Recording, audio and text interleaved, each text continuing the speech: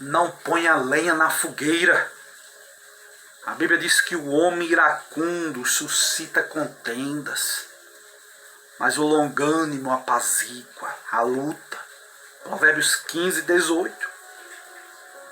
O indivíduo raivoso, destemperado emocionalmente, que deixa vazar sua ira pelos poros da sua alma, é um incendiário.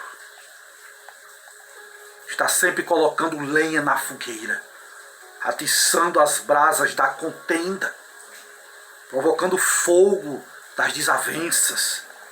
Uma mente perturbada, um coração iracundo produz uma língua solta.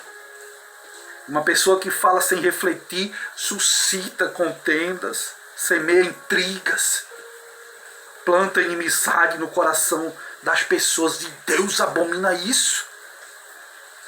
Não há pecado que Deus mais abomine do que esse espírito contencioso de jogar uma pessoa contra a outra.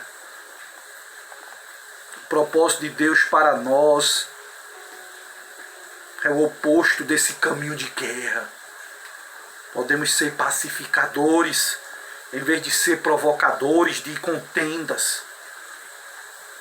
Podemos apaziguar os ânimos em vez de acirrá-los. Podemos jogar água na fervura em vez de colocar mais lenha na fogueira. Podemos ser ministros da reconciliação em vez de ser um agente de guerra. Não fomos chamados por Deus para cavar abismo nos relacionamentos das pessoas, mas fomos chamados para construirmos pontes de contato. Nossa língua pode ser remédio que cura, em vez de ser uma espada que fere. Os nossos gestos devem caminhar na direção de reconciliar as pessoas, em vez de jogá-las umas contra as outras. Devemos ser agentes da paz e não promotores de guerra. Devemos ser protagonistas do bem e não feitores do mal. Não, que possamos ser veículos do amor e não canais de ódio.